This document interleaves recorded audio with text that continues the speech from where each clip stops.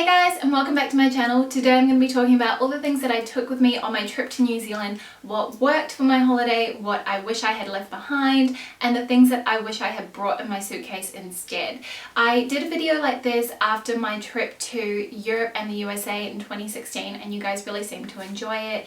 So I thought it might be helpful for those of you who are planning on going on a 3-week holiday to somewhere where the temperature can be a little bit unpredictable. So to give a little bit of background, Luke and I went to New Zealand over the Christmas and New Year break. It was absolutely amazing and honestly so lovely to actually be able to spend so much time with our families. We spent 10 days in Wellington with my family, and then we went up north of Auckland near Whangarei to spend some time with Luke's family. So all up, the trip was about 18 days, so just shy of 3 weeks.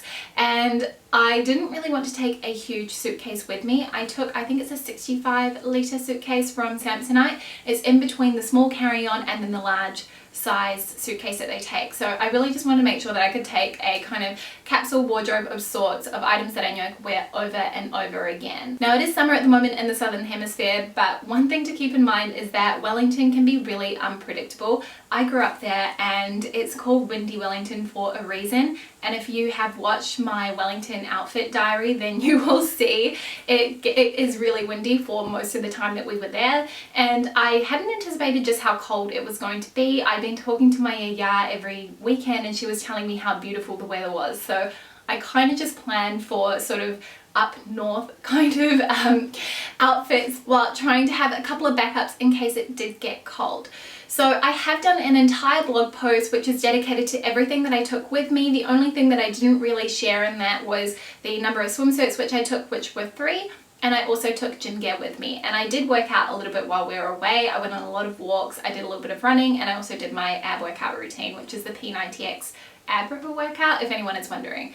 But yeah, so I'm going to jump into it. I'm going to talk about the things that I really wore a lot on my trip first. And we'll start with tops. And one of the shirts that I wore so much on our holiday was this one here from Mademoiselle. Now, again, I bought this when we went to Europe and the USA, and it is just such a favorite of mine. It's really easy to wear. I like the drop shoulders.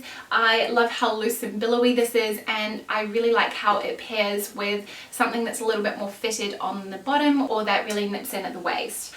This is a cotton, so it's really nice and breathable, perfect for if it's hot weather.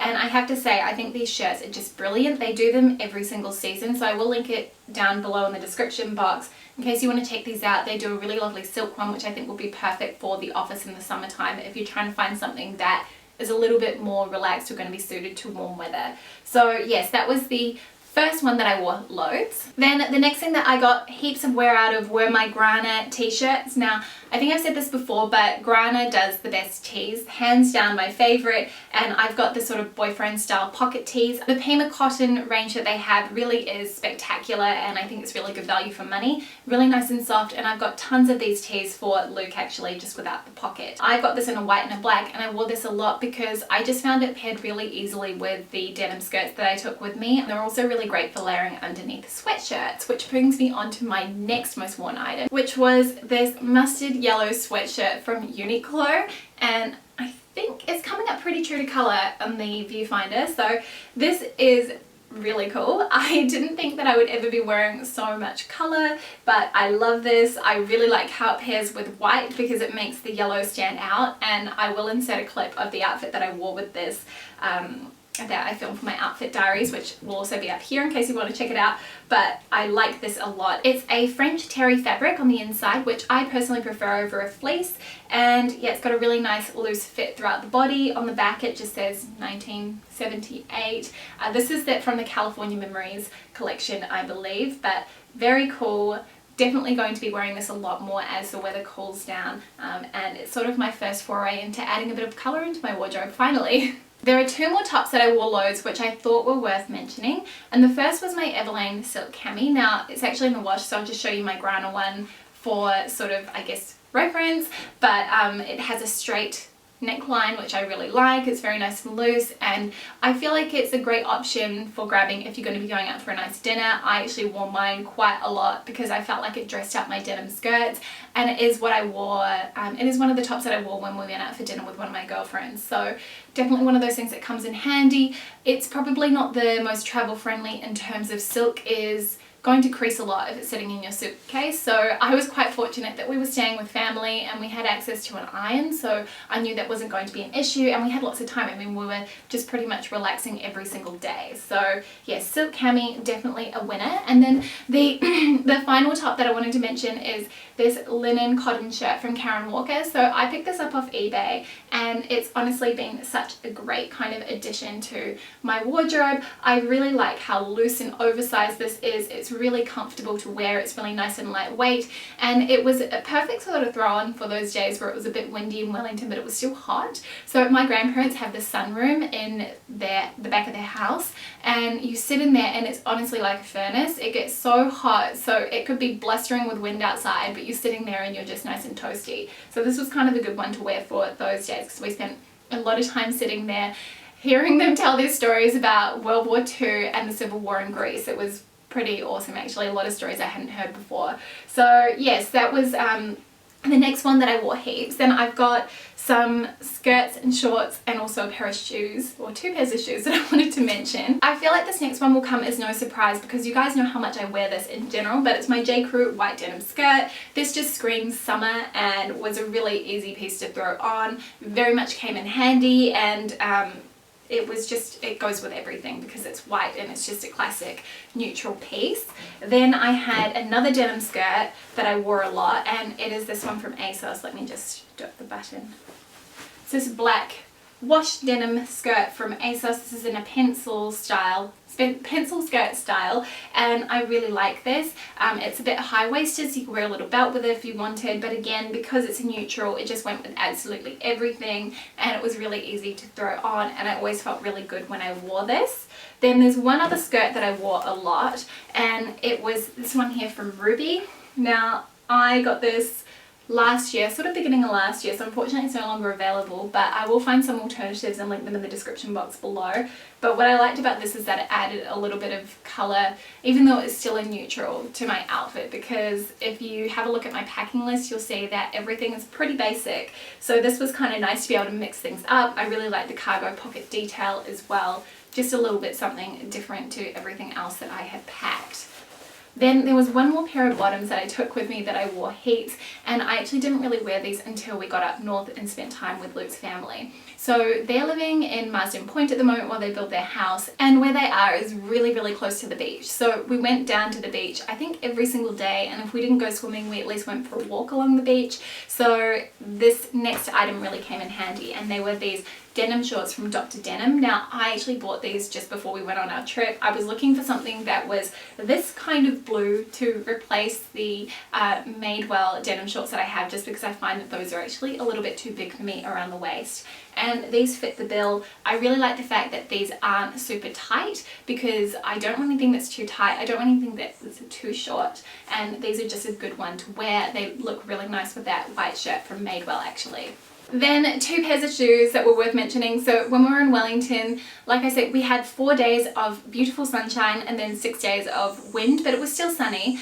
So I wore my Everlane day heels a lot of the time. You guys will have seen these loads, so you'll be very familiar with them. I will say I do really need to go up half a size. I've got these in the US 9, and they should have a US 9.5 because I'm a European 40, but love these. They go with absolutely everything, and they always look really chic. Then the other pair of shoes that I wanted to mention that I wore a lot are from Sportscraft, and I got these to sort of satisfy a gap in my wardrobe. I sort of felt like I needed a nice flat sandal that were easy to slip on, that did not give me blisters. It's not really a lot to ask, is it? And I found these and I love them. I love the fact that they've got the snake print detail across the foot, and then they have sort of a nude nubuck suede back, which is really nice, and these go with absolutely everything. I really like the way that these look on, and they are super comfortable. They've got a lot of cushioning in the foot as well, and I really got a lot of wear out of these when we were up north. I wore them every single day. I actually think these were the only shoes that I wore when we were up north, so definitely a winner for me. So those were all the things that I wore so much during the trip, and actually just looking at the pile that I've got next to me, it is quite a lot, but really they were the key pieces that really form the foundation of each of my outfits every single day. So I want to now just talk through the few pieces that I didn't actually wear at all and that I wish I had left at home, and it starts with this beautiful, Winston's fur gets on everything. This beautiful black and white polka dot dress from Style Keepers. Now I got this during the Black Friday sales and I really like it. It's got a nice full skirt. I'll insert a picture of what it looks like on so you guys can see, but it's just really kind of timeless and classic and very ladylike and feminine. And I thought that I would be wearing this for, I don't know, a dinner out or going out for lunch, meeting up with my girlfriends. However, it didn't end up working out that way and I didn't end up having a place or a need to wear this. And I had brought 2 other dresses with me, including the one that I'm wearing right now. So I really should have left this one behind and known better. And I will talk about that in my learnings of sort of the things I would have done differently if I could pack my suitcase and go on the trip all over again, which I wish I kind of could. Then the next item that I didn't wear at all were these white denim shorts that I bought vintage from eBay. I really like these shorts because they're just very comfortable and they're what I wear a lot in the Sydney summers when it is super hot, like it's going to be today. I think today's supposed to be something like 40 degrees. Usually what I would just throw on with a little tank top or something like that, but I didn't really have a need to wear these. My Dr. Denim shorts were the ones that I wore all the time when we were up north, and yeah, I probably could have also left these ones behind. Now, in terms of how I would have packed differently, just sort of, I think, anticipating a little bit more the kind of weather that we were going to have in Wellington, I really wish that I had brought along a few other things that would have made my stay a little bit more comfortable. Because, as I said, it actually did get quite cold, and I know I've 100% acclimatized to the Sydney weather, which is a lot warmer than Wellington, as you can imagine. So I really do wish that I had taken a second pair of jeans with me. I took my Dr. Denim skinny jeans with me, which were great, but I do kind of wish I had a second option because I didn't want to wear those every day, and I think that I didn't really get an opportunity to wash those ones while we were on our holiday. I also really wish that I'd taken a thicker sweater with me, maybe something that was woolen, just to really counteract the cold wind in Wellington, because it really does pierce through all of your clothing. And I didn't have a jacket with me aside from my faux leather jacket, so I think that really would have come in handy. In terms of the things that I wish that I probably hadn't taken with me, those 2 items that I mentioned before, plus I think I probably could have dropped a pair of shoes. I think you guys will see I took 5 pairs of shoes with me, which is well excessive. I mean, I know it's a 3-week trip, but I really could have done with less. And the 1 pair of shoes that I do wish I had left at home were my mules from Spur.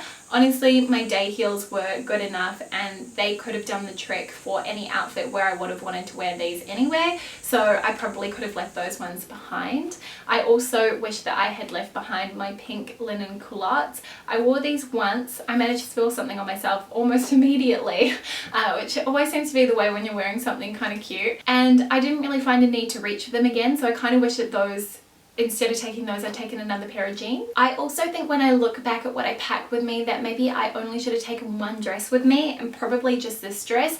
I really love the Eero dress that I took. I think it's absolutely stunning, but I could have gotten away with wearing this on Christmas Day if I really wanted to, or wore my black silk cami with something. So that was another thing. I also probably could have left one of my swimsuits at home. These don't really take up a lot of room in your suitcase, so it's kind of negligible, but I do kind of think I really only needed the 2, 1 swimsuit and then 1 bikini with 2 alternating tops, so I could have strapless and then also one with straps. And then the other thing is jewelry. Now, I didn't really take a lot of jewelry with me, and I forgot to take necklaces and bracelets. Or I took 1 bracelet, but it was a bit of a fail. So I probably really only need to take 1 key pair of earrings, which the ones I probably would have taken would be the loop earrings, which I co-designed with Majuri, and then just a really simple diamante necklace or something like that. Something really fine and minimal I think would have been good to have when I'm wearing something that was a little bit more low cut. So that was my roundup of everything that I took with me, what I found useful and what I didn't for our almost 3-week trip to New Zealand. I had the most magical time on our holiday. I'm so glad that we decided to spend so much time there. It really was relaxing, and I got a chance to unwind, and I really treasure being able to spend 10 consecutive days with my grandparents.